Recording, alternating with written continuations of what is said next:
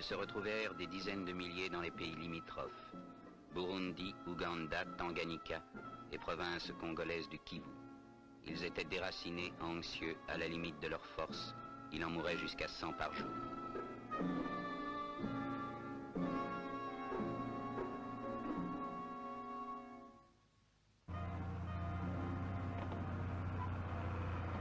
Les pays d'accueil sont alors eux-mêmes aux prises avec les problèmes nés de leur récente indépendance. Leurs gouvernements font appel à l'aide de la communauté internationale.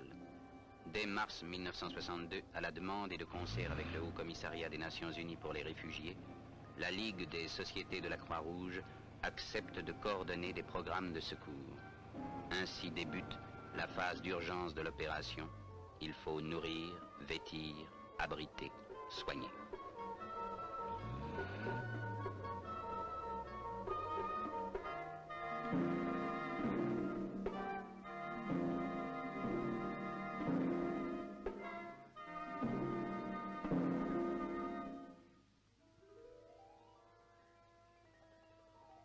Mais les réfugiés sont tristes. Leurs pensées sont ailleurs. Là-bas, au-delà des collines, il y a le pays de leur enfance, l'odeur familière du troupeau.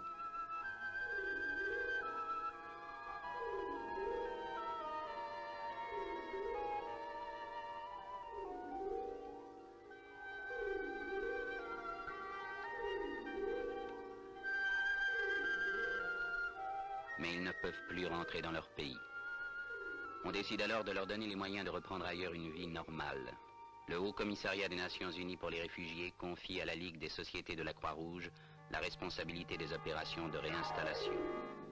Pour la Croix-Rouge débute une tâche nouvelle, plus longue que celle auquel elle est habituée, mais née aussi d'une situation d'urgence. Le siège de la délégation de la Ligue est installé à Bujumbura, capitale du Burundi, au bord du lac Tanganyika. Alors commence une entreprise peu commune qu'une poignée d'hommes va porter à bout de bras pendant 2 ans. La tâche est immense, le pays difficile. Ils parlementent avec les réfugiés pour les amener à accepter leur réinstallation, les convaincre que les terres qu'on leur offre sont bonnes, ce qui est vrai. Au Kivu, ils prennent contact avec les chefs des régions où se trouvent les terres que les autorités congolaises ont offertes. Il faut créer de bons rapports entre les populations locales et les nouveaux arrivants. Ils constituent à grand-peine un parc de véhicules pour transporter les réfugiés sur leurs nouvelles terres et maintenir la liaison entre les centres et le monde extérieur. Pour la Croix-Rouge, les réinstallations se feront au Burundi, dans la province congolaise du Kivu et au Tanganyika. C'est des centres du Kivu central que nous allons vous raconter l'étonnante aventure.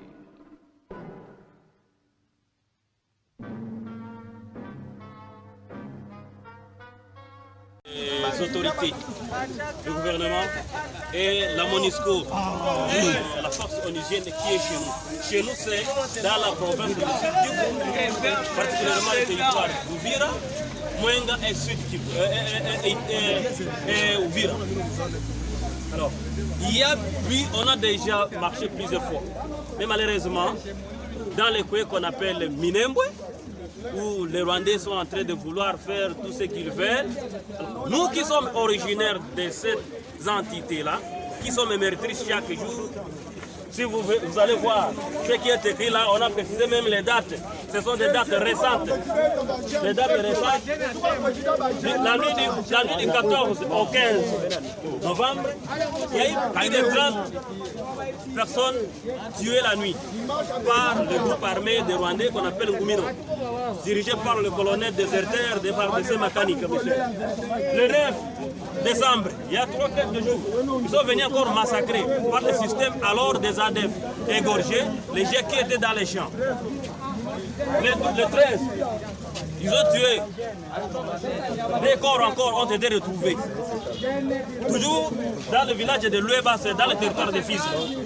Et les 14, ils n'ont pas épargné donc les FARDC. C'est un capitaine des FARDC qui a été égorgé par le même groupe des Rwandais qu'on appelle Ngoumine. Eh bien, nous qui sommes la population est tellement fatiguée parce que ce sont des choses qui se sont déroulées depuis 99 lorsqu'on a créé le territoire des Minembwe. S'il vous plaît, monsieur. Alors, attendez.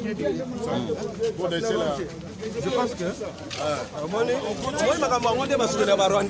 notre population a besoin d'être sécurisée. Que l'État déploie des unités qui sont neutres. Des unités neutres. Parce que la plupart des unités de commandants qui sont chez nous dans la province de Sud, ce sont des Tutsis, des Rwandais. Ce qui s'appelle aujourd'hui Banyamulenge. De deux, qu'on annule, qu'on supprime la commune de Minembwe. Parce que c'est cette commune-là qui est le nœud du problème, qui a fait que Makanika se dise non, je dois aller défendre ma communauté. Ce n'est pas défendre sa communauté, c'est chercher à ce que toutes les populations des autochtones puissent laisser cet espace libre et comme ça, comme ils sont protégés par la MONUSCO, l'espace soit déclaré comme c'est leur communauté qui est majoritaire là-bas. Et de trois, il y a des pouvoirs coutumiers qui sont en train de créer.